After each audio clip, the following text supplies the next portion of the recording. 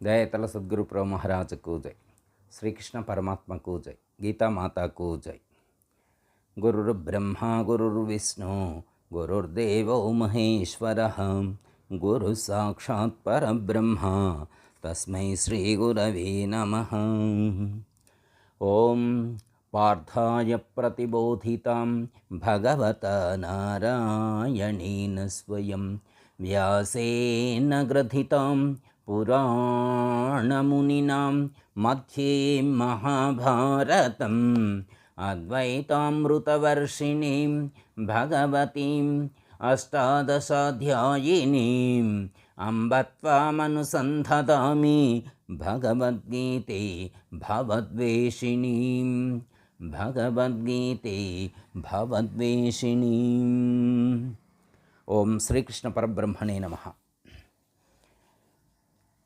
2026 March 22వ తేదీ హైదరాబాద్ గచ్చిబౌలి స్టేడియంలో దత్తపీఠం శ్రీ గణపతి సచ్చిదానంద స్వామి వారి యొక్క దివ్య కరకమలములతో ఒక అద్భుతం జరిగింది. ఏమిటా అద్భుతం అంటే, కని విని ఎరగని రీతిలో సుమారు 10,000 మంది పైనే ఒకే చోట సామూహికంగా ఒక గొప్ప అద్భుతం చేశారు. ఏమిటా అద్భుతం అంటే, సామూహిక భగవద్గీత పారాయణం. 18 అధ్యాయాలు, సుమారు 2,700 శ్లోకాలతో కూడి ఉన్నటువంటి భగవద్గీత పారాయణం చేయటం అనేటువంటిది జరిగింది. ఇది మామూలు విషయం కాదు. 10,000 మంది ఒకే చోట కూర్చొని ఒకే ఛందోబద్ధంగా, ఒకే లయబద్ధంగా దాదాపు సుమారు 3 గంటల సమయం 700 శ్లోకాలను శృతియుక్తంగా పారాయణం చేయటం వల్ల అపారమైనటువంటి దివ్యమైనటువంటి శక్తి ప్రకటితమవుతుంది. అందులో ఏమాత్రం కూడా సందేహం లేదు. ఇంకో విశేషం ఏంటంటే, వాళ్ళు పారాయణం చేసింది వేరే ఏదో కాదు, భగవద్గీత.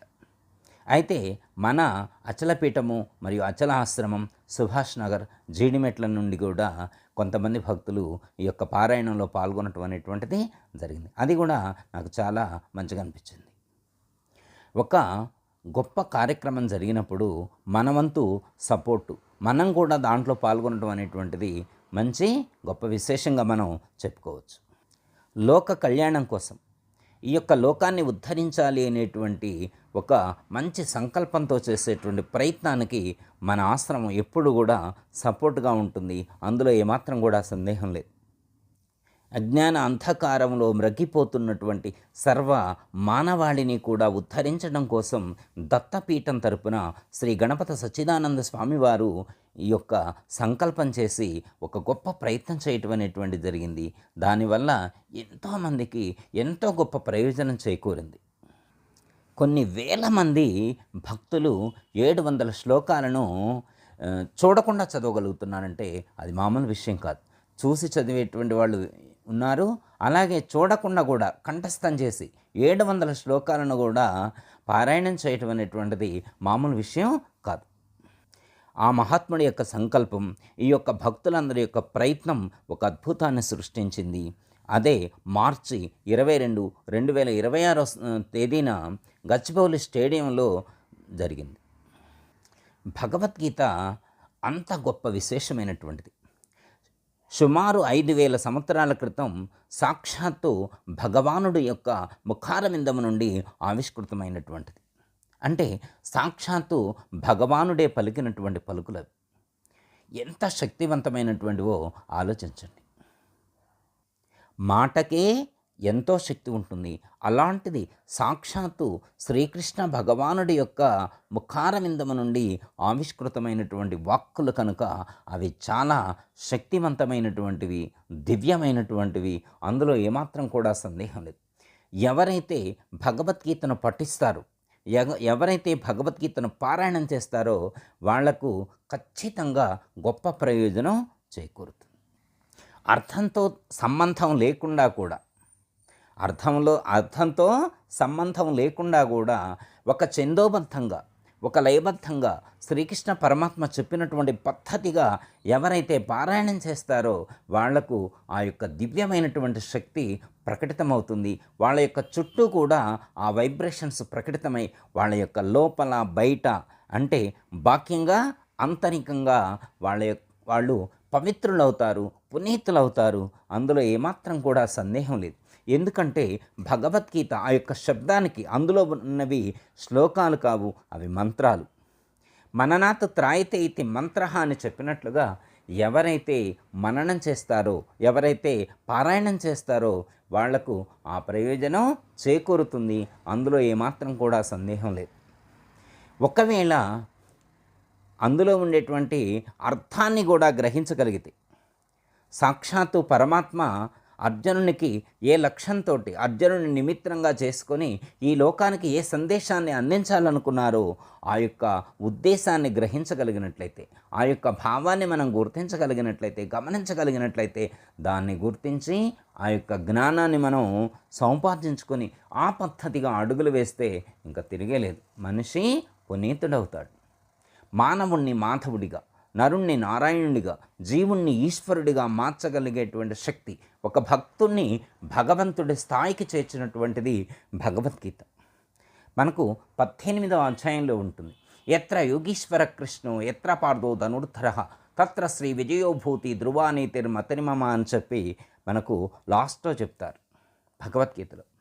ఏంటంటే భగవంతుడు ఎక్కడ ఉంటే అక్కడ శుభాలు, సంపదలు ఇవన్నీ ప్రాప్తిస్తాయని చెప్పారు. అయితే భగవానుడే కాదు, ఎక్కడ భగవద్గీతను అధ్యయనం చేసి భగవద్గీతలో ఉన్నటువంటి జ్ఞానంతో నిలుచున్నటువంటి ఏ యోగ సాధకుడు ఎవరైతే ఉంటారో అట్టి యోగ సాధకుడు ఎక్కడ ఉన్నా అలాంటి ప్రయోజనమే కలుగుతుందని చెప్పారు. అంటే ఒక జ్ఞానాన్ని సంపాదించుకున్నటువంటి ఒక యోగి ఎక్కడ ఉంటే అక్కడ కూడా అంతే ప్రయోజనం కలుగుతుంది అన్నారు. అంటే అంతే ప్రయోజనం అంటే భగవంతుడు ఉన్నటువంటి ప్రదేశంలో ఎలాంటి ప్రయోజనం కలుగుతుందో భగవంతుడు చెప్పినటువంటి పద్ధతిగా తీర్చిదిద్దబడినటువంటి యోగ సాధకుడు ఎక్కడ ఉంటాడో, ఆ యోగి ఎక్కడ ఉంటాడో అక్కడ కూడా అలాంటి ప్రయోజనమే కలుగుతుంది అని చెప్పి ఎత్ర యోగీశ్వర కృష్ణు ఎత్ర పార్థో ధనుర్ధర అని చెప్పారు. యోగీశ్వరుడైనటువంటి శ్రీకృష్ణ పరమాత్మ ఎక్కడ ఉంటే ఎలాంటి ప్రయోజనం కలుగుతుందో అక్కడ శ్రీ అర్జునుడు ఉన్నా కానీ, ఒక యోగి ఉన్నా కానీ అలాంటి ప్రయోజనమే కలుగుతుందని చెప్పి మనకు 18వ అధ్యాయంలో సూచించడం అనేటువంటిది జరిగింది. అయితే భగవద్గీతను పఠించితే ఏం కలుగుతుంది అంటే భగవద్గీత సమస్త వేద వాంగ్మయ సారాంశం.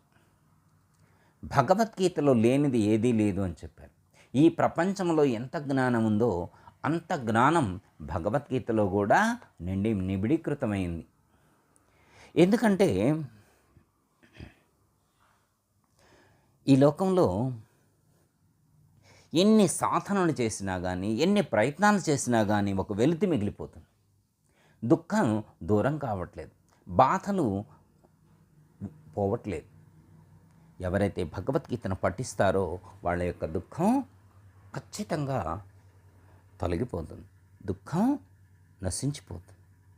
దుఃఖాన్ని పోగొట్టేటువంటి శక్తి భగవద్గీతకు. భగవద్గీత ప్రారంభమే శ్రీకృష్ణ పరమాత్మ మొట్టమొదట చెప్పేటువంటి మాట, అసోస్య ననవచోచస్వం ప్రజ్ఞావాదాంశ భాససే గతాసూన గతాసుంచ నాను శోచంతి పండితాహ అని చెప్పి అర్జునుడికి ఒక మంచి మెసేజ్ ఇస్తాడు. అర్జున, నీవు దుఃఖిస్తూ ఉన్నావు,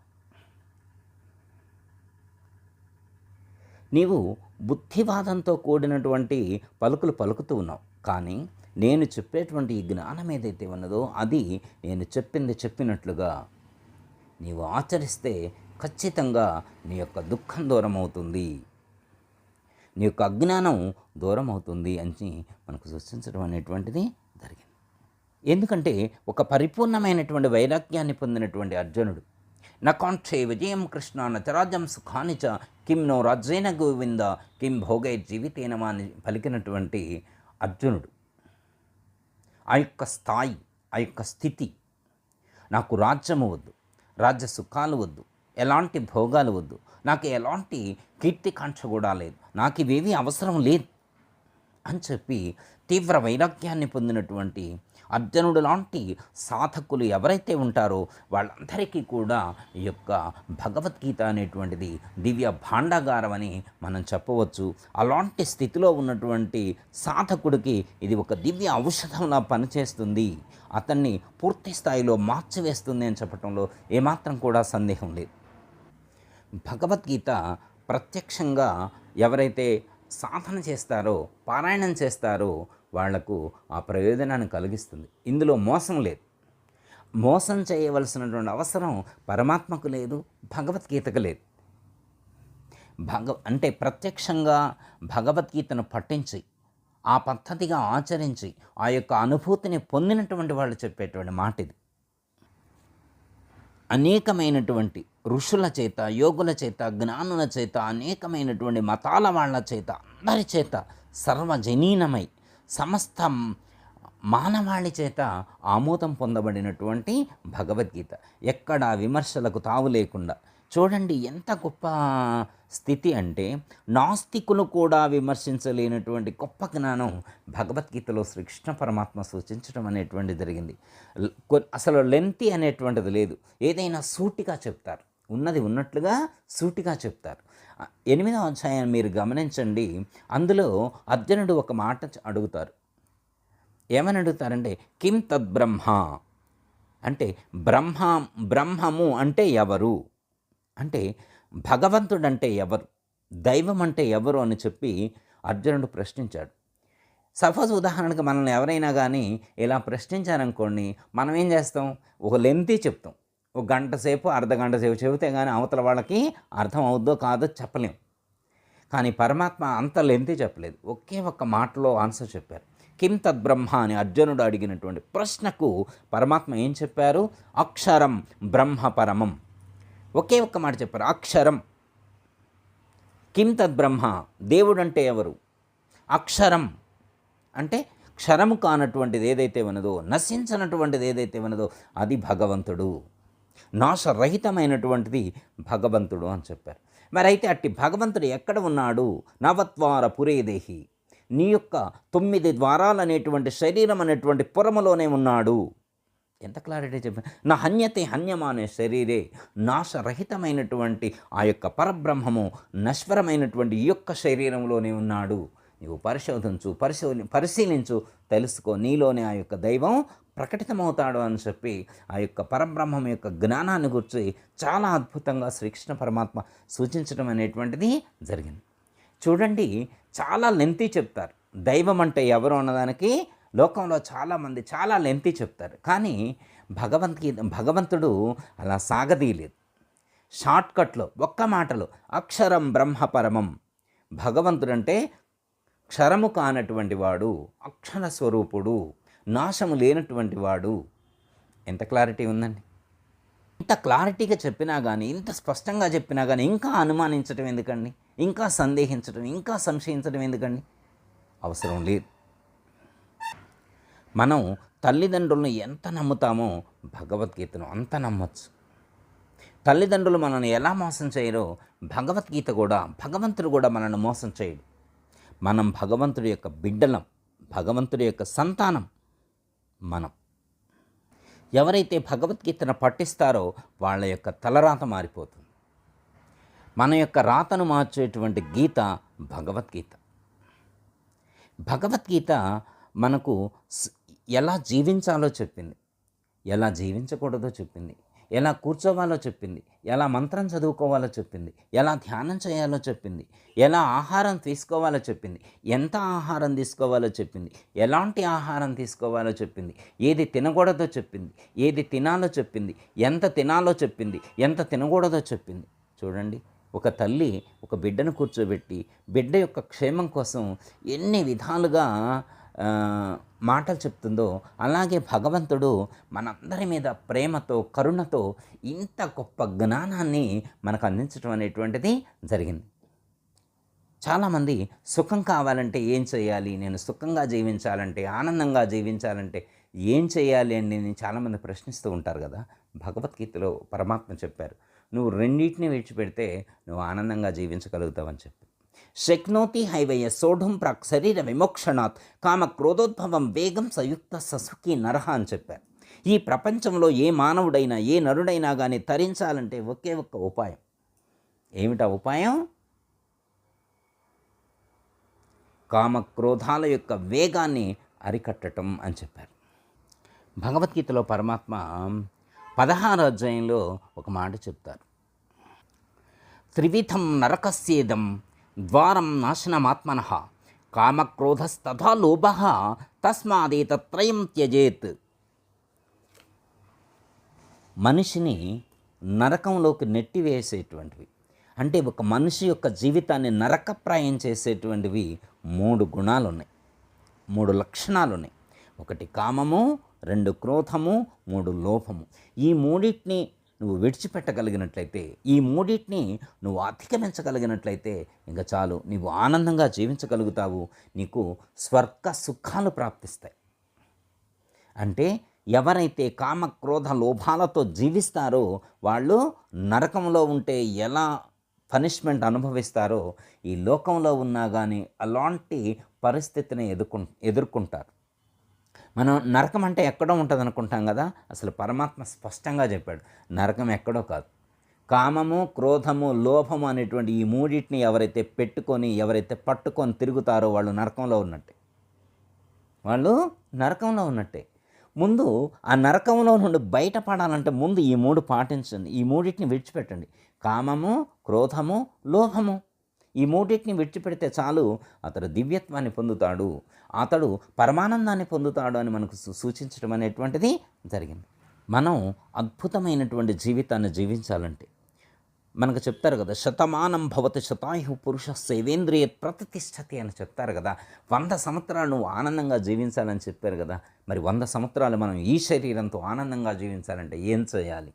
ఏమి చేయాల్సిన అవసరం లేదు. భగవద్గీతలో శ్రీకృష్ణ పరమాత్మ చెప్పినటువంటి పద్ధతిగా జీవిస్తే చాలు, 100 సంవత్సరాలు కాదు 200 సంవత్సరాలైనా కానీ మనం ఆనందంగా జీవించవచ్చు, అందులో ఏమాత్రం కూడా సందేహం లేదు అని చెప్పి సాక్షాత్తు భగవంతుడే చెప్పాడు. అయితే మనం ఏం చేయాలి? భగవద్గీతలో కొన్ని సూచనలు చేశారు. 12వ అధ్యాయం లేకపోతే మొట్టమొదట 2వ అధ్యాయంలో స్థితప్రజ్ఞుల లక్షణాలు చెప్పారు. అంటే నీవు స్థితి కలిగి ఉండాలంటే, ఆత్మస్థితిలో ఉండాలంటే ఎలా జీవించాలి అనేటువంటి విషయాన్ని 2వ అధ్యాయంలో స్థితప్రజ్ఞుల లక్షణాల్లో చెప్పారు. అలాగే 12వ అధ్యాయంలో భక్తుల లక్షణాలు చెప్పారు. 13వ అధ్యాయంలో అమానిత్వాది గుణాలను గురించి చెప్పారు. అలాగే 16వ అధ్యాయంలో దైవీ లక్షణాలు చెప్పారు. అభయం, సత్వ సంశుద్ధి అని చెప్పారు. ఇలా మరి భక్తి లక్షణాలు, స్థితప్రజ్ఞుల లక్షణాలు, అమానిత్వాది లక్షణాలు, జ్ఞాన లక్షణాలు, అలాగే దైవీ లక్షణాలు, వీటన్నిటినీ ఎవరైతే ఆచరిస్తారో వాళ్ళు స్వర్గం కాదు, స్వర్గం కంటే పైన ఇంకేమైనా ఉంటే అంత దివ్యమైనటువంటి ఆనందాన్ని పొందుతారు, అందులో ఏమాత్రం కూడా సందేహం లేదు అని చెప్పి మనం బల్లగుద్ది చెప్పచ్చు. అయితే ముందు నమ్మాలి, తర్వాత ఆచరించాలి, పాటించాలి. పరమాత్మ ఏం చెప్పారో ఆ పద్ధతిగా మనం జీవించగలగాలి. ఎప్పుడైతే తమో గుణాన్ని, రజోగుణాన్ని, సత్వగుణాన్ని, గుణత్రయాన్ని దాటి గుణాతీత స్థితిని ఎవరైతే పొందుతారో వాళ్లకు ఆ దివ్యమైనటువంటి ఆనందానుభూతి కలుగుతుంది, బ్రహ్మానందానుభూతి కలుగుతుంది, అందులో ఏమాత్రం కూడా సందేహం లేదు. భగవద్గీత ధర్మంతో ప్రారంభమైంది. ధర్మక్షేత్రే కురుక్షేత్రే సమవేతాయుత్సవ మామకః పాండవాశ్చైవ కిమకుర్వత సంజయ అని చెప్పి ధర్మంతో ప్రారంభమైంది భగవద్గీత. ఎవరైతే ధర్మంగా జీవిస్తారో, ధర్మబద్ధంగా జీవిస్తారో వాళ్లకు పరమాత్మ చెప్పినటువంటి ఆ ప్రయోజనం కలుగుతుంది. ఇప్పుడు చాలామంది కొన్ని పాటిస్తారు, కొన్ని పాటించరు. అలా కాదనమాట. పరమాత్మ ఏం చెప్తున్నారు? క్షేత్రే క్షేత్రే ధర్మం కురు. ఎవరైతే ఈ యొక్క శరీరము ద్వారా ఈ యొక్క శరీరం అనేటువంటి క్షేత్రాన్ని ధర్మమయం చేసుకుంటారో, ధర్మబద్ధం చేసుకుంటారో వాళ్లకు అది అద్భుతమైనటువంటి ప్రయోజనాన్ని కలిగిస్తుంది. ఇప్పుడు ఎందుకంటే క్షేత్రం పవిత్రంగా లేనప్పుడు విత్తనం ఎంత గొప్పది పెట్టినా కానీ అది వృద్ధిలోకి రాదు. అందుకే ఇక్కడ ఏమన్నారు? క్షేత్రం, హృదయ క్షేత్రం ఎలా ఉండాలి? ధర్మబద్ధంగా ఉండాలి, న్యాయబద్ధంగా ఉండాలి, నీతిబద్ధంగా ఉండాలి. ఏ సాధకుని యొక్క హృదయ క్షేత్రం ధర్మమయమవుతుందో, ధర్మక్షేత్రం అవుతుందో, అట్టి పవిత్రమైనటువంటి అంతఃకరణమునందు ఈ యొక్క శ్రీకృష్ణ పరమాత్మ చెప్పినటువంటి జ్ఞానం అనేటువంటి బీజాన్ని నాటినప్పుడు ఆ యొక్క జ్ఞానం అనేటువంటి సౌధం అనేటువంటిది, జ్ఞానం అనేటువంటి వృక్షం పరిఢవిల్లుతుంది, గొప్పగా ప్రకాశిస్తుంది, దివ్యానందానుభూతిని కలిగిస్తుంది, సమస్త దోషాలను నివృత్తి చేస్తుంది, సమస్త దుఃఖాలను నశింపచేస్తుంది, మోక్షాన్ని కరతలామలకం చేస్తుంది. బా, ఎంత గొప్ప విశేషమో చూడండి. భగవద్గీతలో శ్రీకృష్ణ పరమాత్మ కర్మ సిద్ధాంతంలో ఉన్నటువంటి అనేకమైనటువంటి రహస్యాలను చెప్పారు. మనం కని విని ఎరగనటువంటి అద్భుతాలు వచ్చి శ్రీకృష్ణ పరమాత్మ చెప్తారు. ఎందుకంటే పరమాత్మ మోసం చేయలేదు. పరమాత్మ ఎంత స్పష్టంగా చెప్తారంటే, ఎంత క్లారిటీగా ఉంటుందంటే, మీరు అధ్యయనం చేస్తే, మీరు ఒక్కసారి చదవండి. భగవద్గీతలో శ్రీకృష్ణ పరమాత్మ కర్మ సిద్ధాంతానికి సంబంధించినటువంటి విశేషాలు ఎలా చెప్పారో మీరు అర్థం చేసుకునేటువంటి ప్రయత్నం చేయండి. ఎంత అద్భుతంగా ఉంటుందంటే అంత అద్భుతంగా ఉంటుంది. ఎందుకంటే తప్పు చేసి మీరు సత్కార్యక్రమం చేస్తే, ఒక పాపం చేసి, ఒక మనిషిని హింసించి, ఒక ప్రాణిని హింసించి, జీవహింస చేసి, నేను మంత్రం చదివితే పోతుంది, సత్కర్మ చేస్తే పోతుంది, పుణ్యం చేస్తే బ్యాలెన్స్ అవుతుంది అని చెప్తే పరమాత్మ అలా యాక్సెప్ట్ చేయలేదు. మీరు పాపం చేసి నేను గుడికి వెళ్ళి దండం పెడితే ఆ పాపం కొట్టివేయబడుతుందని చెప్పలేదు భగవద్గీతలో. నువ్వు పాపం చేస్తే పాపానికి పనిష్మెంట్ ఖచ్చితంగా అనుభవించవలసిందే. పుణ్యం చేస్తే సుఖాన్ని ప్రొవైడ్ చేస్తా, సుఖాన్ని ఇస్తా. నువ్వు సత్కర్మ చేస్తే పుణ్యాన్ని ఇస్తా, సుఖాన్ని ఇస్తా. నువ్వు దుష్కర్మ చేస్తే నేను పాపాన్ని ఇస్తా, దానికి తగినటువంటి ఫలితాన్ని కూడా ఇస్తా. ఇక్కడ రాయితీలు లేవు, సెంటిమెంట్ లేవు, రికమెండేషన్స్ కూడా పనిచేయవు. ఇక్కడ రికమెండేషన్స్ కూడా పనిచేయవు. కాకపోతే ఏంటంటే నేను అనేకమైనటువంటి సూత్రాలు చెప్పా, ఎలా జీవించాలో చెప్పా. వాటన్నిటిని నువ్వు తెలుసుకొని ఆ పద్ధతిగా జీవిస్తే నువ్వు కర్మని ఎలా అధిగమించవచ్చో, కర్మ ఫలాన్ని ఎలా నశింపచేసుకోవచ్చో అలాంటి జ్ఞానాన్ని నేను అందించాను.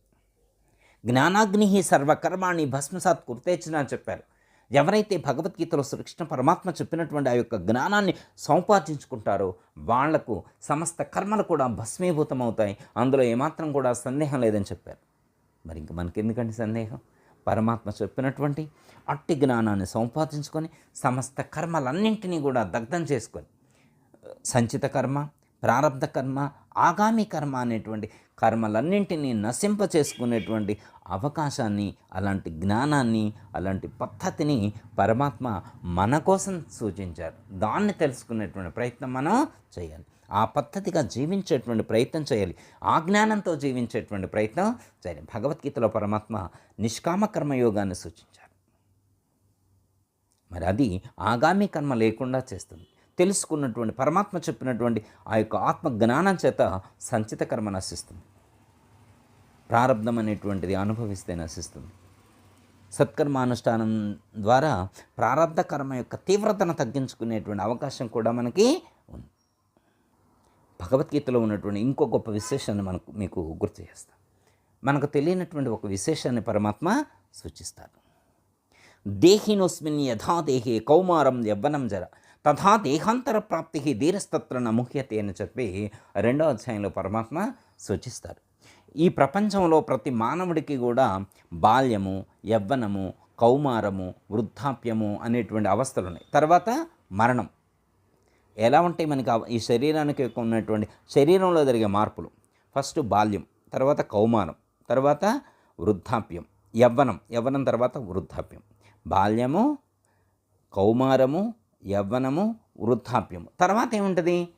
వృద్ధాప్యం తర్వాత ఏముంటుంది? మరణం. ఇది మనందరికీ తెలిసిందే. కానీ పరమాత్మ మరణం తర్వాత కూడా ఇంకొక అవస్థను గురించి చెప్తారు. దేహినోస్మిన్ యథా దేహే కౌమారం యవ్వనం జర తథా దేహాంతర ప్రాప్తి. దేహాన్ని విడిచిన తర్వాత కూడా ఒక అవస్థ ఉన్నది. దేహాంతర ప్రాప్తి అంటే ఈ శరీరంలో ఉండేటువంటి జీవుడు శరీరాన్ని విడిచిపెట్టిన తర్వాత, అంటే మరణం సంభవించిన తర్వాత కూడా ఈ యొక్క జీవుడు మళ్ళీ ప్రయాణం కొనసాగించి ఇంకో దేహంలో ప్రవేశిస్తాడు. దేహాన్ని విడిచిన తర్వాత కూడా మరణం తర్వాత కూడా మనకు ఒక అవస్థ ఉన్నది అని చెప్పి మనకు సూచించడం అనేటువంటిది జరిగింది. చిన్న ఎగ్జాంపుల్ ద్వారా కంక్లూషన్ ఎట్లా అంటే, భగవద్గీతను నమ్మి ఆచరించేటువంటి వాళ్ళు ఆ ప్రయోజనాన్ని ఖచ్చితంగా పొంది తీరుతారు. అందులో ఏమాత్రం కూడా సందేహం లేదు. ఎట్లా అంటే అమెరికా నుంచి ఒక పిల్లవాడు మన యొక్క భారతదేశానికి వచ్చాడు. వాళ్ళ తాతగారు పల్లెటూరులో జీవిస్తారు.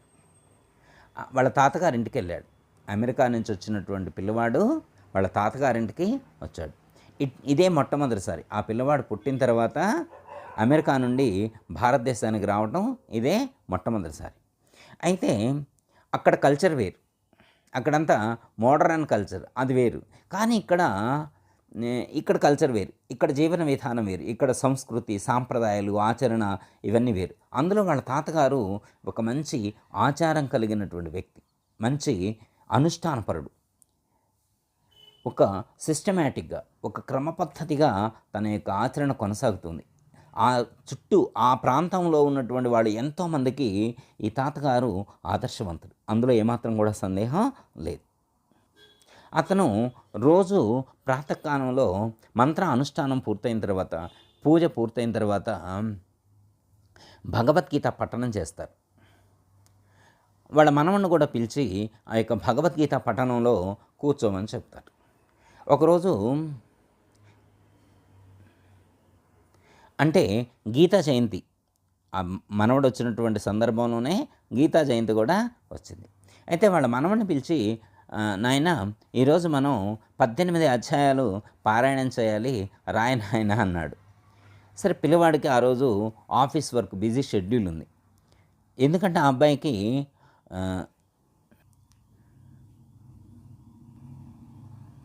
సంవత్సరానికి 60 లక్షల ప్యాకేజ్, అంటే నెలకి దాదాపు ఒక 5 లక్షల శాలరీ వస్తుంది. జాబు ప్రెజర్ కూడా అబ్బాయికి ఉంది.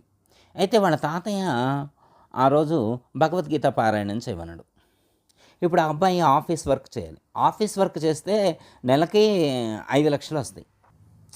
ఆ పిల్లవాడు అంటాడు, ఏం తాతయ్య, నేను నెలకి 5 లక్షలు సంపాదిస్తున్నా, సంవత్సరానికి 60 లక్షలు సంపాదిస్తున్నా, ఇంకా ఈ పాతకాలం పాత చింతకాయ పత్రలాగా ఈ భగవద్గీత శ్లోకాలు ఇవన్నీ చదవమంటాం, ట్రాష్ తాతయ్య, అమెరికాలో ఇలాంటివి అసలు మేము ఒప్పుకోము. ఇంత డెవలప్ అయినటువంటి కల్చర్లో, ఇంత అభివృద్ధి చెందినటువంటి దేశంలో మళ్ళీ వెనకటి రోజుల్లో ఎప్పుడో 5,000 సంవత్సరాల క్రితం చెప్పినటువంటి భగవద్గీతను మీరు పారాయణం చేయమంటున్నారు, అది ఎలా సాధ్యం తాతయ్య అని గట్టిగా వాదించదు.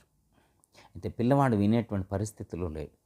అయితే నేను ఒక పని చెప్తా, చేస్తావా, నువ్వు భగవద్గీత పారాయణం చేయక్కర్లేదు, భగవద్గీత ఎలా ఉపయోగపడుద్దో నీకు ఒక ఎక్స్ప్లెయిన్ చేస్తా, రోజు నువ్వు ఆ గంప ఉంది కదా, ఆ గంప తీసుకొని ఈ యొక్క మన యొక్క పూల తోటలో ఉన్నటువంటి చెట్లన్నిటికీ కూడా నువ్వు నీళ్లు పోయి చాలు అని చెప్తాడు.